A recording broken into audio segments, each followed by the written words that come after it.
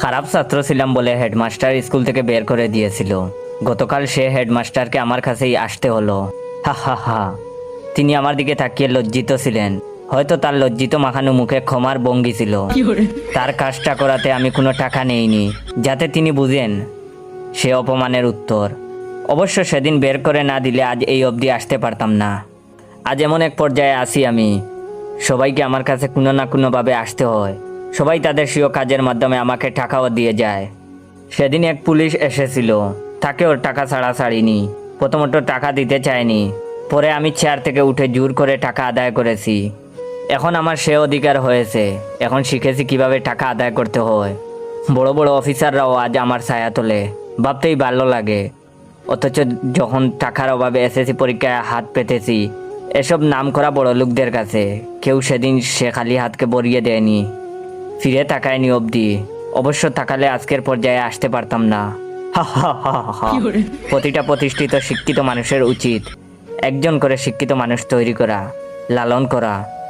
অথচ কেউ করে না। যদি করতো সেদিন টাকার অভাবে আমাকে কাঁদতে হতো না, রাস্তায় দাঁড়াতে হতো না। অবশ্য করলে আজকের পর্যায়ে আসতেও পারতাম না। তাই ধন্যবাদ তাদের।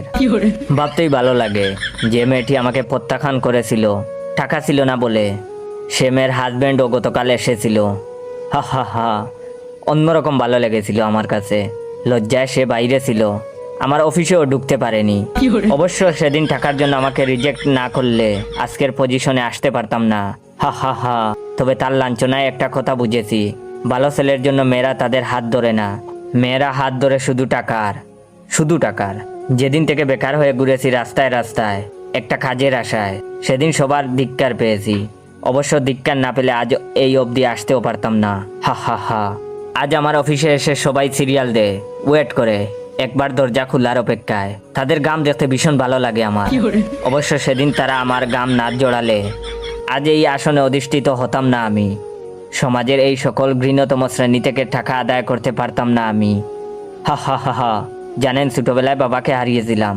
কেউ কাছে এসে বলেনি বাবা মারা গিয়েছে তো কি হয়েছে, আমরাও যে তোমার বাবা, আমরাও যে তোমার অভিভাবক। অবশ্য বললে আজ এই অবধি আসতে পারতাম না। হা হা হা। আজ সমাজের সে সকলকে ধন্যবাদ যারা আমাকে এই চেয়ারে বসিয়েছেন। ওয়েট, আমি কি এমন সম্মানের চাকরি পেয়েছি তা জানার আগে অবশ্যই আমার এই ভিডিওটা আপনার 15 জন বন্ধুকে শেয়ার করবেন। এবং যারা যারা চান আমি রেগুলার ফানি গল্প দেই তারা অবশ্যই আমার অরিজিনাল টিকটক অ্যাকাউন্ট বাইসা বনফায়ারকে ফলো দিয়ে রাখবেন। আর সমাজের সে সকলকে ধন্যবাদ যারা আমাকে এই চেয়ারে বসিয়েছেন।